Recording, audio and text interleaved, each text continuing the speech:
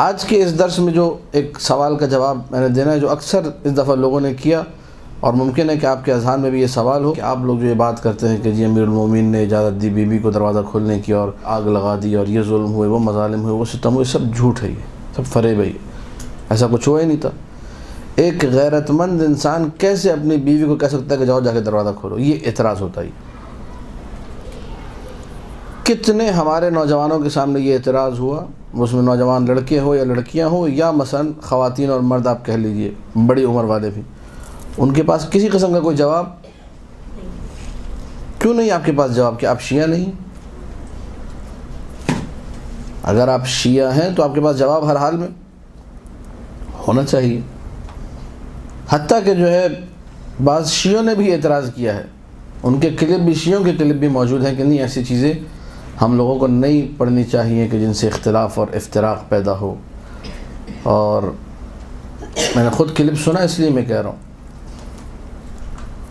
کہ آپ کے گھر میں اگر کوئی حملہ کرے، آپ کو خطاب کر کے، خاص طور پہ مرد حضرات، ان کو خطاب کر کے کہا جاتا ہے کہ آپ مرد ہیں، آپ کے گھر پہ حملہ ہو اور آپ کی بیوی کے ساتھ کوئی جسارت کرے تو آپ بیٹھے رہیں گے، آپ خاموش رہیں گے؟ آپ سوچتے ہیں ہاں یار یہ تو صحیح کہہ رہی ہے، میرے گھر پہ اگر کوئی میلی آنکھ سے بھی دیکھے تو میں تو اگلے کی آنکھیں نکال دوں، میں تو اگلے کے ساتھ وہ حشر کروں کہ وہ زندگی بھر یاد رکھے۔ تو نہیں، یہ نہیں ہو سکتا۔ آپ کو شک میں ڈال دیا، آپ کو شبہے میں ڈال دیا، آپ کو پریشان کر دیا کہ ہاں اس کا مطلب یہ روایت جو ہے مشکوک لگتی ہے، حد اقل یہ۔ اور شک جو ہے وہ روح کی بیماری ہے۔ جس طرح جسم ہمارا بیمار ہوتا ہے، اس طرح روح بھی بیمار ہوتی ہے۔ جسم کی بیماری ہے بخار، نزلہ، زکام، کھانسی، یہ ساری چیزیں جسم کی بیماری ہیں۔ بدن ہمارا بیمار ہوتا ہے، فوراً بھاگتے ہیں، دوڑتے ہیں، فٹافٹ ایمبولینس سے منگواتے ہیں، چلو ابھی ڈاکٹر کے پاس لے کر جاؤ، انجیکشن لگا دو، ڈرپ لگا دو، گولیاں، یہ وہ، پریشان۔ روح مرتی ہے، مر جائے۔ روح کے بیماریوں میں سے ایک خطرناک ترین بیماری روح کا کینسر ہے، سمجھ لیجیے، روح کا کینسر ہے شک۔ اور روح کو کینسر ہو جائے ہمیں کوئی پرواہ نہیں ہے۔ یہ معاملہ جو ہے یہ بڑا ہی خراب معاملہ ہے۔ اب میں آج کے اس درس میں اسی ایک سوال کو اٹھا کے اور کوشش کروں گا کہ تھوڑا سا آپ سے بس یہ گفتگو کا سلسلہ ہے، آپ اپنے اذہان کو میرے ساتھ رکھیے گا کہ دیکھیے گا کہ یہ سوال جو ہو رہا ہے یہ سوال درست ہے۔ اس سوال کا جواب اگر ہم لوگ صرف قرآن کی روزانہ تلاوت کر لیں تو ہمیں مل جائے گا۔ اس سوال کا جواب تھوڑا سا ہم لوگ جو زندگی بھر مجلسوں میں سنا ہے اسی میں غور کر لیں تو ہمیں مل جائے گا۔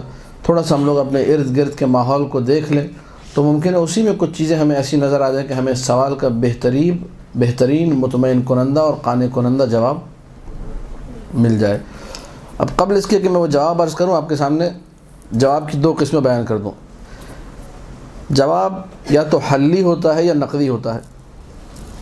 جواب یا تو حلی ہوتا ہے یا آپ نے اعتراض کیا، سوال کیا، میں جواب دیتا ہوں۔ اب اس جواب سے یا تو آپ کا اعتراض مکمل طور پہ ختم ہو جائے گا، آپ کا سوال جو ہے وہ اس کا جواب آپ کو مل جاتا ہے، اس کو کہتے ہیں جواب حلی۔ آپ نے مجھ سے جو ہے کہا کہ جو ہے آپ نے ایسا جو ہے کیوں کیا تھا، کیوں آپ نے مثال کے طور پر ایام فاطمیہ میں جو ہے اتحاد بین المسلمین کے خلاف بات کی۔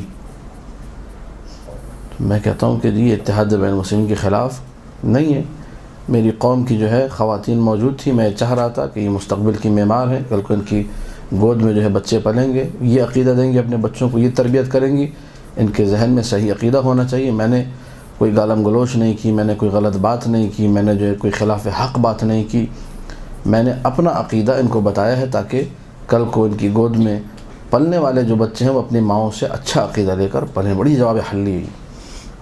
آپ نے اعتراض کیا اتحاد بین المسلمین کے خلاف کیوں بات کی، میں نے جواب دے دیا۔ اس کو کیا کہتے ہیں؟ جواب ہے۔ آپ سمجھ گئے کہ ہاں بھائی اتحاد بین المسلمین کے خلاف کی بات نہیں، بلکہ یہ تو اپنا عقیدہ بیان کر رہے ہیں، اور کوئی ایسی جو ہے تعارض والی، ٹکراؤ والی کوئی بات بھی انہوں نے نہیں کی کسی کے ساتھ۔ یہاں پہ کوئی غیر موجود نہیں ہے کہ جسے تعارض ہو، پھڈا ہو، لڑائی جھگڑا، اپنے لوگ موجود ہیں، آپس میں بات ہو رہی ہے، کوئی لڑائی جھگڑا تو نہیں ہوگا یہاں پر۔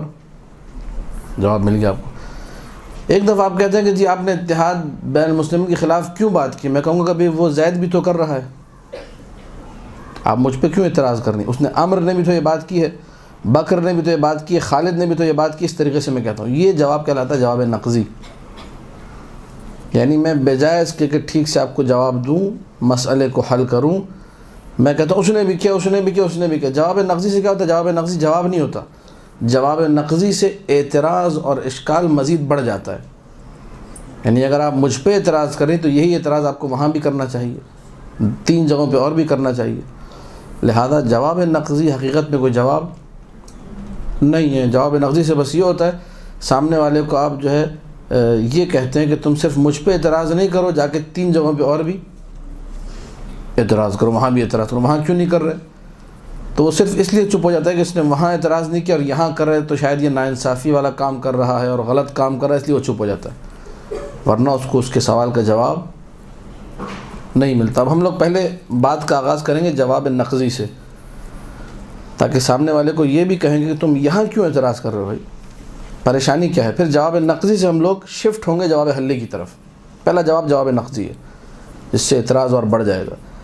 آپ جب یہ اعتراض کرتے ہیں، شیعہ ہو کے لوگ اعتراض کر رہے ہیں، آج یہ سوال کیا آپ نے کہ کیوں امیر المومنین نے جناب زہرا کو اجازت دی تھی کہ وہ دروازہ کھولے، دروازے کی طرف جائیں، اور مزید آپ سوال کو بڑھا لیجئے کیوں بی بی کو دربار جانے دیا کہ وہاں جا کر خطبہ دے، کیوں بی بی کو جو ہے وہ ابو بکر سے جو ہے نا قبالہ فدق لینے دیا کہ وہ خط لے کر آتی. سارے کے سارے اعتراض کرتے جائیے. آپ واقعے کو پڑھیے، آپ کے سامنے اور 4 اعتراض آ جائیں گے کہ امیر المومنین نے یہاں بھی اجازت دی، یہاں بھی اجازت دی، یہاں بھی اجازت دی. کیوں دی؟ امیر المومنین پہ اعتراض. اب میں جواب نقضی دے رہا ہوں جو کہ جواب نہیں ہے، لیکن صرف سامنے والے کو یہ کہنے کے لیے کہ تم یہاں کیوں اعتراض کر رہے ہو، تم نے کسی اور مقام پر کیوں اعتراض، آپ نے جناب زینب کبریٰ پہ کیوں اعتراض نہیں کیا،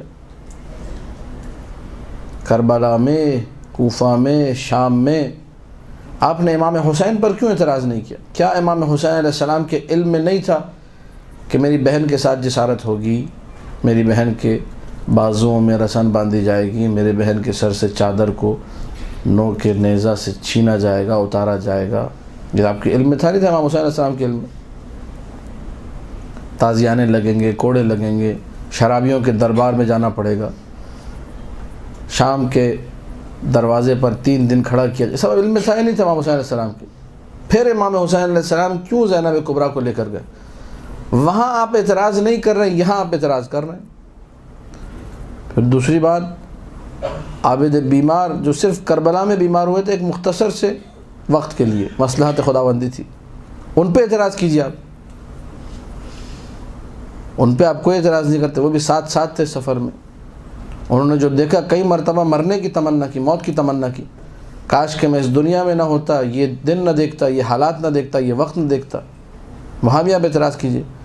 آپ نے ایک علی اور ایک حسین ان پر اعتراض نہیں کہ یہاں مدینہ میں آپ امیر المومنین پہ اعتراض کیوں کر رہے ہیں؟ کیونکہ جیسا اعتراض یہاں بنتا ہے ویسا اعتراض وہاں بھی بنتا ہے، کیونکہ وہاں معصوم کو علم ہے کہ میری بہنوں کے ساتھ، میری ماؤں کے ساتھ، میری بچیوں کے ساتھ یہ سلوک ہوگا، جس میں ظلم الگ ہے، بے حرمتی الگ ہو رہی ہے. چادر کا چھینا جانا کوئی کم ظلم تو نہیں ہے، تازیانوں کا لگنا کوئی کم ظلم تو نہیں ہے، 32 منزلوں میں پھرایا جانا، سائے میں نہ بیٹھنے دینا، ان کو جو ہے خارجی کہنا، کافر کہنا، باغی کہنا، یہ کم ظلم ہے. وہاں آپ نے اعتراض نہیں کہ یہاں آپ کیوں اعتراض کر رہے ہیں. یہ ہے جواب نقضی. اب جواب نقضی ہی کو میں تھوڑا سا حل کر دوں، جواب نقضی ہی میں ایک جواب ایڈ کر دوں یہاں پر کہ فوراً سامنے والا تھوڑا سا بھی عقل مند ہوگا اور سمجھ جائے گا میں کیا کہنا چاہ رہا ہوں. میں کہنا یہ چاہ رہا ہوں، وہاں آپ اس لیے اعتراض نہیں کرتے کیونکہ آپ 2 مہینہ 8 دن بھرپور طریقے سے ماتم کرتے ہیں، 2 مہینہ 8 دن اچھے طریقے سے مجلسیں برپا کرتے ہیں، مولا حسین علیہ السلام کا ذکر سنتے ہیں، وہاں پہ آپ کو ذاکرین اعظام، خطباء کرام، علماء محترم سب کے سب بار بار آپ کو بتاتے ہیں کہ جس طریقے سے حسین ابن علی نے اپنا سر دے کے دین کو بچایا ہے، زینب بنت علی نے اپنے سر کی چادر دے کے دین کو بچایا ہے. کوئی فرق نہیں ہے، وہاں بھی قربانی ہے، یہاں بھی قربانی ہے. حسین نے اپنی ذمہ داری کو ادا کیا، زینب کبریٰ نے اپنی ذمہ داری کو ادا کیا. نائبۃ الحسین، شریکۃ الحسین. مکمل طور پہ آپ کا ذہن مطمئن رہتا ہے کہ ہاں بھائی دین نہ بچتا اگر چادر زینب نہ جاتی، اگر زینب 32 منزلوں کا سفر نہ کرتی دین نہ بچتا. آج شام میں زینب کبریٰ کی حکمرانی یزید پہ لوگ تھوکتے بھی نہیں ہیں وہاں جا کر. اس سے بڑی فتح، اس سے بڑا اعلان دین، اس سے بڑا اعلان حق اور کیا ہو سکتا ہے؟ یہ ساری چیزیں آپ نے بار بار سنی تو وہاں آپ کا دل مطمئن، وہاں پہ اعتراض ہی نہیں کرتے کہ امام حسین جناب زینب کو لے کر کیوں گئے تھے. یہاں آپ کا اعتراض اس لیے ہے کہ آپ نے کبھی بھی ایام فاطمیہ کو ڈھنگ سے منایا ہی، یہ اس کا مختصر سا پہلا جواب۔ اگر آپ ایام فاطمیہ کو منائیں، اچھا ایام فاطمیہ یہاں ابھی تصور ہی نہیں ہے ایام فاطمیہ کا پاکستان میں، اب آج تک تصور نہیں ہے، مطلب ایران میں آپ جائیے، خدا ان شیعوں کو سلامت رکھے، جو ایام فاطمیہ جو جمادی الاولیٰ کی تاریخ ہے، ابھی جمادی الاولیٰ میری مجبوری آپ کے سامنے بول رہا ہوں، غلط لفظ ہے، جمادی الاولیٰ صحیح لفظ ہے، عربک جو کریکٹ پروننسیشن یا پروناؤنسیشن ہے وہ یہ ہے جمادی الاولیٰ۔ اب یہاں جمادی الاول اور جمادی الاولیٰ چلتا ہے، تو جمادی الاولیٰ جو ہے اس کی 13، 14 اور 15، اس سے پہلے شروع کرتے ہیں 5 جمادی الاولیٰ سے۔ کون سی تاریخ سے؟ جس طرح ہم لوگ محرم کا عشرہ شروع نہیں کرتے یکم محرم سے، عشرہ شروع ہوتا ہے 10 محرم تک، ایران میں 5 جمادی الاولیٰ سے 10 فاطمیہ اول، پہلا فاطمیہ منایا جاتا ہے 10 دن، 5 سے لے کر 15 تک عشرہ ہو گیا۔ پھر اس کے بعد دوسرا فاطمیہ ہوتا ہے جو 25 کو شروع ہوگا، 25 جمادی الاولیٰ وہاں سے شروع ہوتا ہے اور 5 جمادی الثانیہ تک چلتا ہے، وہ مسلسل 10 دن اس طریقے سے۔ پہلی روایت ہے 8 ربیع الثانی والی، وہ نجف میں مسلسل منائی جا رہی جب سے میں 10 سال سے ہوں وہاں دیکھ رہا ہوں، حرم میں چاروں طرف سیاہ پوشی ہوتی ہے، جلوس، ماتم، مجلسیں وغیرہ چاروں طرف ہوتی ہیں۔ 8 ربیع الثانی 40 دن جو روایت ہے کہ بی بی رسول اللہ کی شہادت کے بعد 40 دن بعد شہید ہو گئی تھی، اس دنیا سے چلی گئی تھی، تو وہاں 3 روایتیں منائی جاتی ہیں۔ 19 اقوال ہیں جناب زہرا کی شہادت کے بارے میں، 19 تاریخیں۔ آیت اللہ سید محسن الحکیم طباطبائی رحمۃ اللہ علیہ ماہ رمضان کہتے تھے ماہ مبارک ہے، لیلۃ القدر اس مہینے میں ہے، انا انزلناہ فی لیلۃ القدر، تو اس مہینے میں بھی ایک جناب زہرا سلام اللہ علیہ کی مجلس ہونی چاہیے۔ تو وہ جو 6 مہینے والی روایت ہے جو بخاری کی روایت ہے، بخاری اور مسلم کی، کہ فاطمہ زہرا نبی کے بعد 6 مہینے زندہ رہیں، اس کے مطابق وہ 6 مہینے والی روایت کے مطابق 3 ماہ رمضان کو بی بی کی شہادت کی مجلس رکھا کرتے تھے، ماہ رمضان کے پہلے عشرے میں۔ یہ ہمارے مراجع تھے، یہ ہمارے علماء تھے جن کو اندازہ تھا کہ فاطمیہ کی کیا اہمیت ہے، اور کچھ اتنے بیوقوف لوگ ہیں اس قدر جو ہے ان کی عقلوں پہ 2 ہاتھ سے جو ہے زور زور سے ماتم کرنا چاہیے، وہ کہتے ہیں ایک مجلس زیادہ ہو جائے تو یہ دوسری مجلس کہاں سے آ گئی، 3 مجلسیں کیوں ہو گئی، 4 مجلسیں کیوں ہو گئی؟ میں نے جواب دیا اس کا القائمی کے پیج پہ موجود، آپ لوگوں کے سامنے پھر تبرکاً اشارہ کر دوں کہ کسی نے معصوم سے پوچھا تھا راوی نے کہ مولا لیلۃ القدر مجھے بتا دیجئے کون سی ہے، تو مولا نے کہا اما 21 و اما 23، یا 21 ہے یا 23۔ تو اس نے کہا مولا آپ تو جانتے ہیں، آپ تو لیلۃ القدر کے جو ہے مالک ہیں، وارث ہیں، صاحب امر ہی آپ پہ نازل ہوتا ہے، آپ تو صاحب امر ہیں، تو آپ بتا دیجئے وہ ایک ہی رات ہے، بتا دیجئے وہ کون سی رات ہے تاکہ ہم اسی میں عمل کر لیں، باقی میں کرنے کی ضرورت نہ پڑے۔ تو امام نے جواب میں کہا تھا ما علیک ان تفعل خیرا فی لیلتین، تمہارا بگڑتا کیا ہے اگر تم ایک نیک کام 2 مرتبہ کر لو۔ شہادت زہرا سلام اللہ علیہ میں 2 آنسو اگر میں زہرا سلام اللہ علیہ کی مظلومیت کے لیے بہا لوں گا، اس میں کیا بگڑے گا میرا؟ 3 دفعہ اگر بی بی کی مظلومیت پہ رو لوں گا، اس میں کیا بگڑے گا میرا؟ جبکہ حال اتنا برا ہے، روح کا کینسر یہاں پہنچا ہوا ہے کہ جب سوال ہوتا ہے کہ بی بی کو کیوں جانے دیا، تو یا تو میرے پاس جواب نہیں ہے، خاموش ہو جاتا ہوں، یا اگر تھوڑا جرأت کا مظاہرہ کیا، یہ بھی اچھی چیز ہے، کم سے کم سامنے والوں کہے تو کہ سوال کرنے والا مقصر ہے اور بر مقصر لعنت بے شمار، چلو بھائی، لیکن یہ طریقہ نہیں، یہ علمی طریقہ نہیں ہے، یہ آپ نے اس طریقے کو اپنایا، یہ علمی طریقہ، آپ مطالعہ کیجئے، مباحثہ کیجئے، نشستیں رکھوائیے، علماء کو بلائیے، سوال دے دیجئے، اس سوال کا جواب دیں ہمیں آپ۔ تو ایک جواب نقضی میں نے آپ کو دے دیا کہ یہی اعتراض امام حسین علیہ السلام پہ وارد ہوگا، وہاں کیا جواب دیں گے آپ؟ جو جواب آپ وہاں دیں گے وہ جواب یہاں لا کے پیش کر دیجئے کہ جس طریقے سے زینب کبریٰ سلام اللہ علیہا نے دین کی قربانی کے لیے اپنی چادر کا نذرانہ پیش کیا، دین کی قربانی کے لیے تمام ستم کو سہا، دین کی قربانی کے لیے خیمے جلے، ہر ظلم و بربریت کا نشانہ بنی، اور دربار میں کھڑے ہو کر کہا کہ ما رأیت الا جمیلا، میں نے سوائے اچھائی کے کچھ بھی، سوائے بھلائی کے کچھ بھی نہیں دیکھا۔ کیوں سوائے بھلائی کی اتنی مصیبتیں، اتنے ظلم؟ کیونکہ سب کے سب دین کے حق اور دین کے دفاع کے لیے تھے، حق کے دفاع کے لیے تھے، دین حق کے دفاع کے لیے تھے، تو سب چیزیں اچھی ہیں۔ درس دیا زینب کبریٰ نے کہ اگر دین کے دفاع کے معاملے میں جتنی اذیتیں برداشت کرو انہیں اذیت نہ سمجھو، وہ جمیل ہے، وہ بیوٹیفل، خوبصورت، وہ اچھا ہے، وہ اس کو انسان کو برا ہی نہیں سمجھنا چاہیے، بلکہ خوش ہونا چاہیے کہ راہ خدا میں یہ درد جس کو عام لوگ درد کہتے ہیں میں اس کو اچھا سمجھ کے قبول کروں کہ یہ میرے حصے میں آئے، یہ میرے لیے باعث شرف بن جائے گا۔ بالکل یہی جواب یہاں پر ہے۔ جس طرح زینب کبریٰ نے چادر دے کے دین بچایا ہے، فاطمہ زہرا تو بازار میں نہیں گئی تھی، فاطمہ زہرا جو ہے 32 منزلوں کا سفر کر کے نہیں گئی تھی، وہ اپنے حجرے سے دروازے تک گئی تھی اور دروازے سے مسجد تک گئی تھی، فقط دین کو بچانے کے لیے۔ یہ ہو گیا پہلا ہمارا جواب جو ہم نے جواب نقضی میں سے نکالا ہے۔ دوسرا جواب جو جواب انتہائی اہم جواب ہے اور روایات معصومین سے اس جواب کا استفادہ ہوتا ہے، مطلب یہ سوال کوئی نیا سوال نہیں ہے کہ آپ کہیں کہ جی مطلب اس 1400 سال پہلے ایسا کوئی سوال نہیں تھا، اس سال انہوں نے نیا سوال نکالا، نہیں، سب جتنے سوال آتے ہیں روزانہ سارے سوالات پرانے ہیں، سب پرانے سوالات ہیں، ہمارے علماء سب سوالوں کے جواب دے چکے ہیں۔ یہ ہو سکتا ہے اسلوب الگ ہو، اسٹائل الگ ہو، ڈسکرپشن کا لیول تھوڑا آگے پیچھے ہو گیا ہو، بیان کرنے کا طریقہ چینج ہو جائے، یہ ہو سکتا ہے، لیکن جو روح سوال ہے، جو حقیقت اعتراض ہے، وہ صدیوں سے چلا آ رہا ہے، کچھ نیا نہیں ہے۔ تھوڑا سا اپنا مطالعے کو اگر آپ بڑھائیں گے، اچھا مطالعہ کریں گے تو فی الفور آپ جواب دے سکتے ہیں۔ روایات سے استفادہ یہ ہوتا ہے کہ امیر المؤمنین سلام اللہ علیہ کو اللہم صلی علی محمد و آل محمد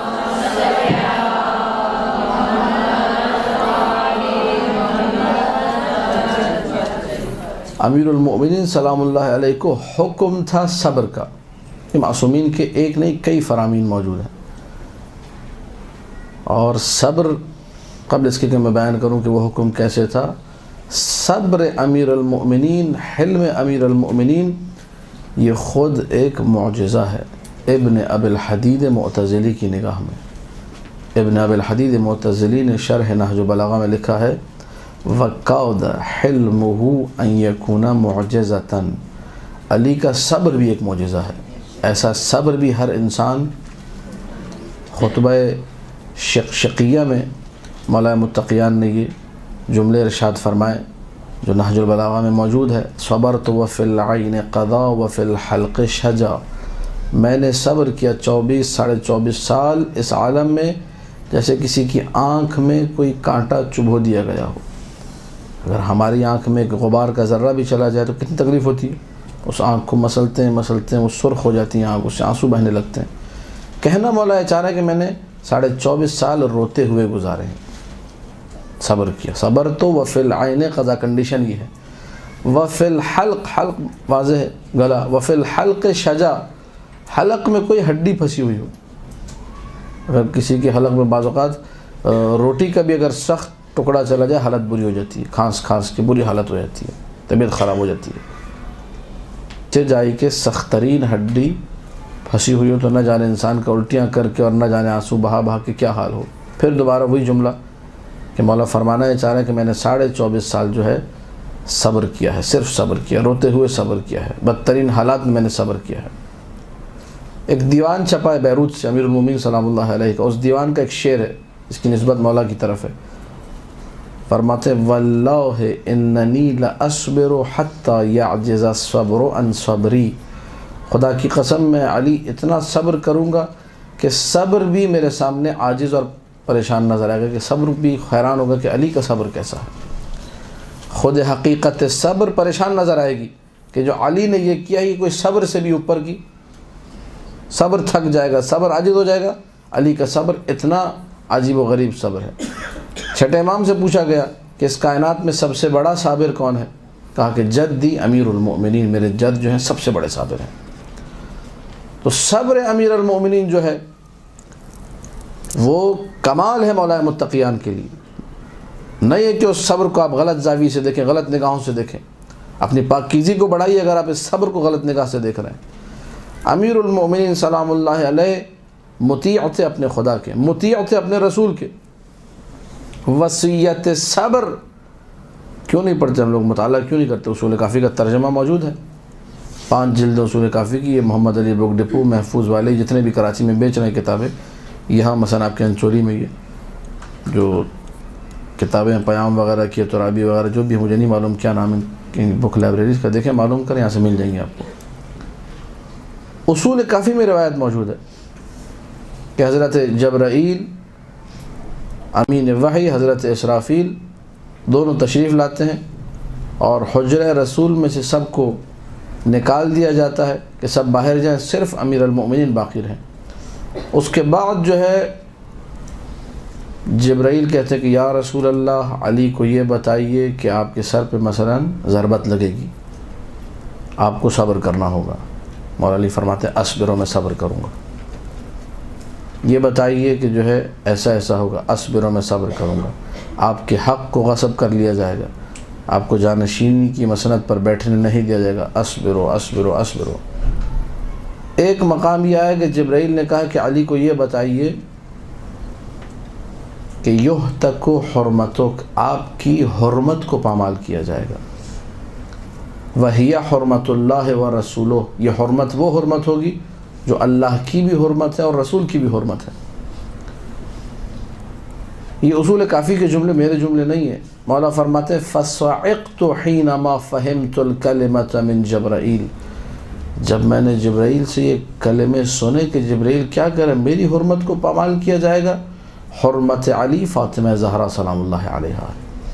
فَصَعِقْتُ، صعقہ کہتے ہیں چیخ مارنے کو، میں نے چیخ ماری، فَوَقَعْتُ عَلَى وَجْهِي، میں منہ کے بل زمین پہ گر پڑا۔ امیر المؤمنین نے فقط یہ سنا کہ زہرا سلام اللہ علیہا کے ساتھ ایسا ایسا ایسا ایسا ہوگا، برداشت نہ کر سکے، زمین پہ گر پڑے۔ لیکن اس مقام پر بھی مولا نے کہا کہ جب مجھے حکم ہے تو میں صبر۔ آپ لوگوں نے کربلا میں سنا ہے نہیں سنا؟ وہاں پہ اعتراض کیوں نہیں کرتے کہ مولا عباس نے تلوار کیوں نہیں چلائی؟ زندگی بھر آپ لوگ سنتے رہے، بس حکم تھا، حکم کی اطاعت کیا ہے، ضروری ہے۔ اطاعت بہت بڑا شرف ہے، اطاعت بہت بڑی کرامت ہے، اطاعت میں کمال ہے۔ تلوار چلانا آسان ہے، تلوار چلانا کوئی مشکل کام نہیں ہے عباس ابن علی کے لیے، لیکن کہہ دیا کہ نہیں چلانی تو پھر یہاں صبر بھی ہے۔ اس صبر میں حکم بے صبر ہے کہ نہیں تم نے تلوار نہیں چلانی، یہ امتحان نہیں ہے۔ امیر المومنین کے تلوار چلانا کوئی مشکل، سب جانتے ہیں۔ الطول عرب بطول عرب السیف الباطل سیف اللہ المسلول، اللہ کی برہنہ تلوار۔ سیف اللہ لقب ہے امیر المومنین کا، زیارات میں اس طریقے سے سلام کیا گیا مولا کو، اے اللہ کی برہنہ تلوار۔ سیف خدا جو شمشیر ہو خدا کی، جو تلوار ہو خدا کی، اس کے لیے تلوار چلانا کون سا مشکل کام ہے؟ لیکن یہاں جب حکم ہوا، اس حکم کو حضرت جبرائیل اور اسرافیل لے کر حضرت جبرائیل نے وہ پیغام سنایا، رسول اللہ نے پھر امیر المومنین کو بتایا، تو مولا نے کہا اصبرو یا رسول اللہ، میں صبر کروں گا۔ تو امیر المومنین کے علم میں پہلے سے تھا، بالکل پہلے سے تھا، معلوم تھا جناب زہرا سے ایسا ہوگا، بالکل معلوم تھا۔ کیوں جانے دیا پھر؟ اس لیے کہ مأمور بالصبر تھے۔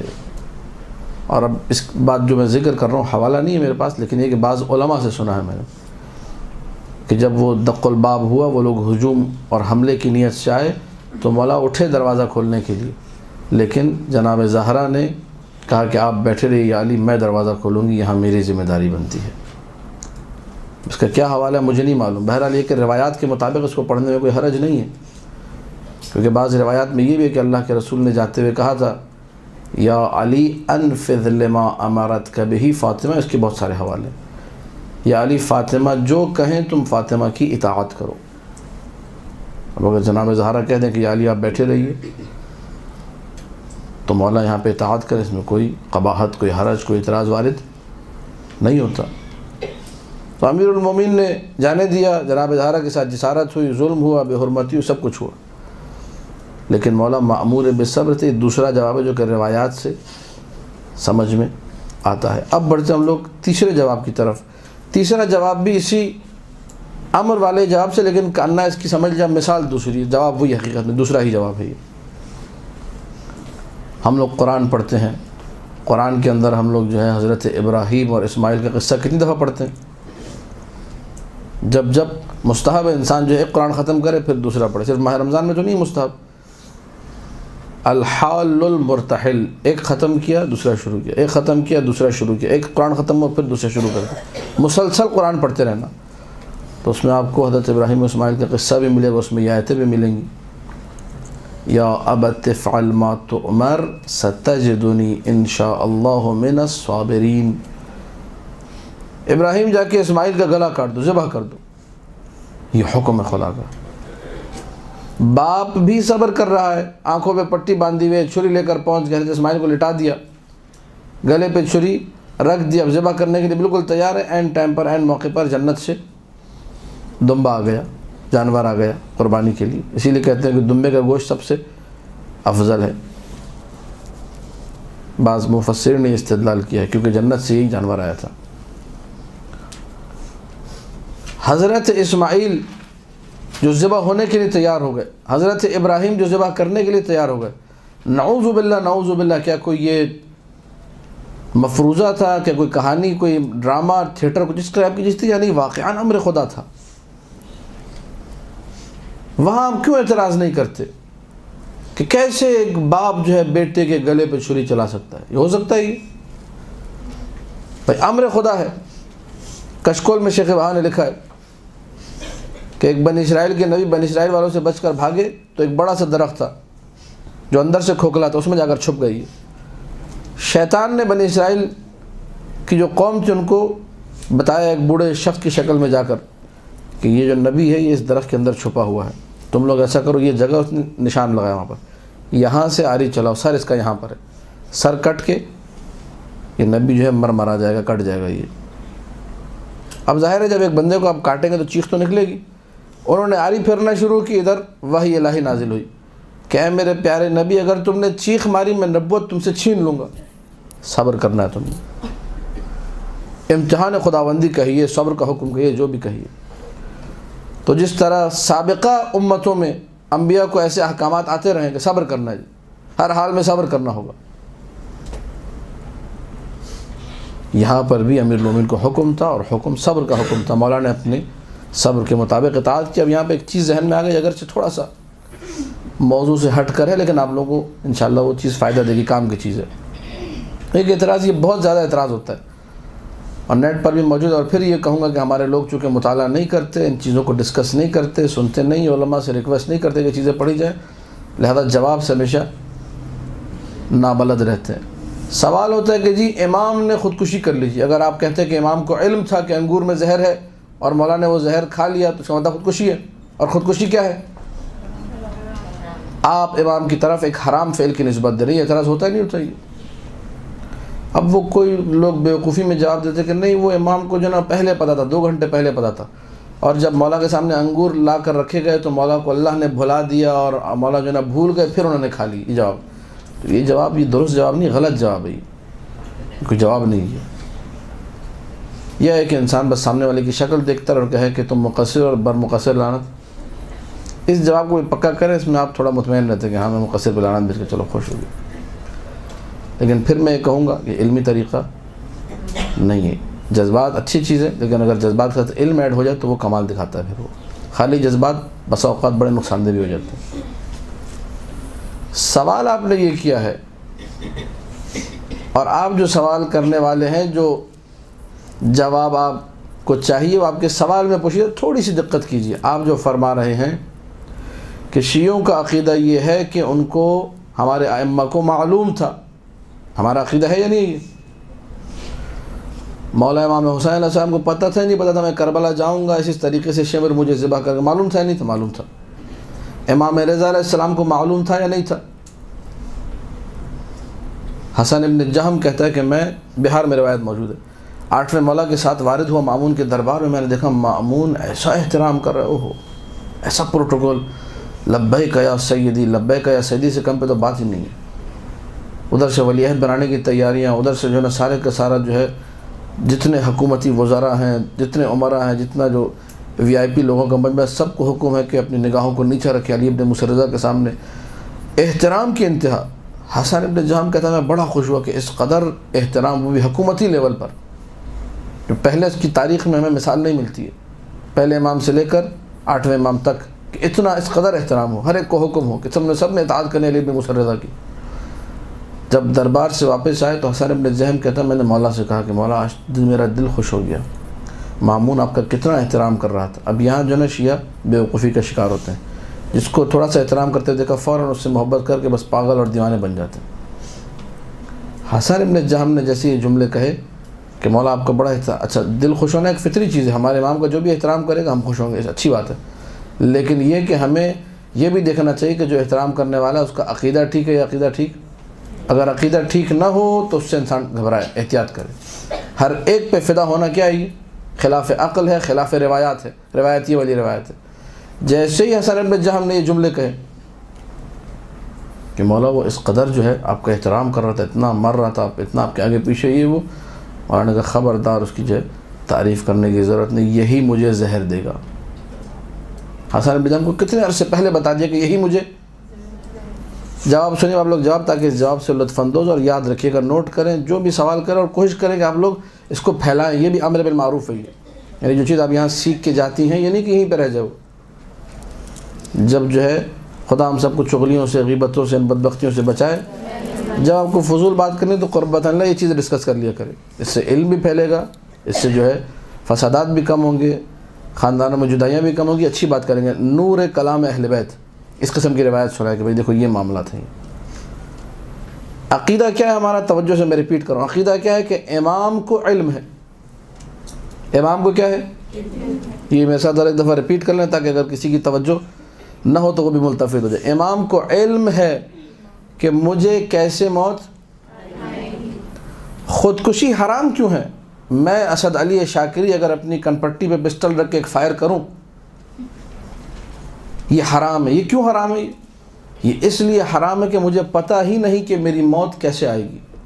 ممکن ہے اللہ نے میری موت کسی اور طریقے سے لکھی ہو, ایک روڈ ایکسیڈنٹ میں لکھی ہو, یا بستر پہ لکھی ہو, یا کسی بھی طریقے سے, کسی بیماری میں جو بھی ہے.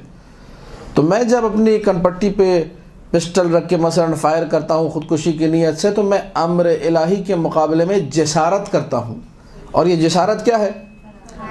لیکن امام کو تو پتہ ہوتا ہے کہ مجھے موت اللہ نے دینی ہی اس طریقے سے, تو امام جسارت نہیں کرتا, اطاعت کرتا ہے. مسئلہ حل ہو گیا. اللہم صلی علی محمد و آل محمد.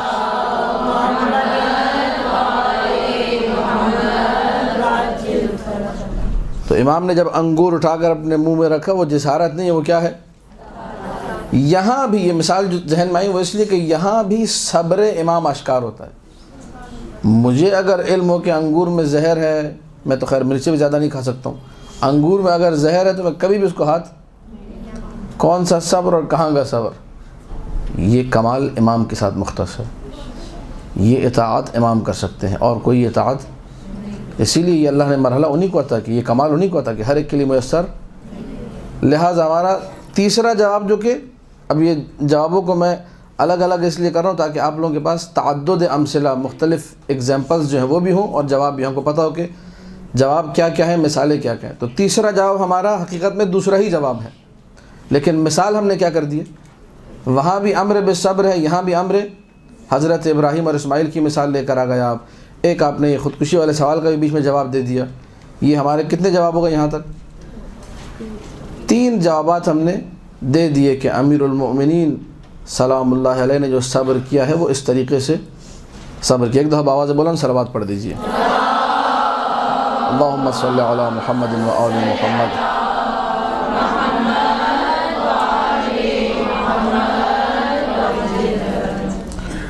چوتھا جواب جو ہے, جو اہم جواب ہے, یہ بھی جواب جو ہے روایات سے نکلتا ہے. اور اس چوتھے جواب کو دینے سے قبل میں, جواب تو نہیں ہے لیکن یہ کہ تاریخی حقائق کو مد نظر رکھنے کے بعد آپ کو سوال کرنے کا حق ہے کہ آپ کہیں کہ بابا ہم لوگ تمہیں مظالم سنا رہے ہیں, ہم لوگ تمہیں مصائب سنا رہے ہیں, ہم لوگ تمہیں یہ بتا رہے ہیں کہ تاریخ میں یہ لکھا ہے, بی بی کے ساتھ یہ مظالم ڈھائے گئے.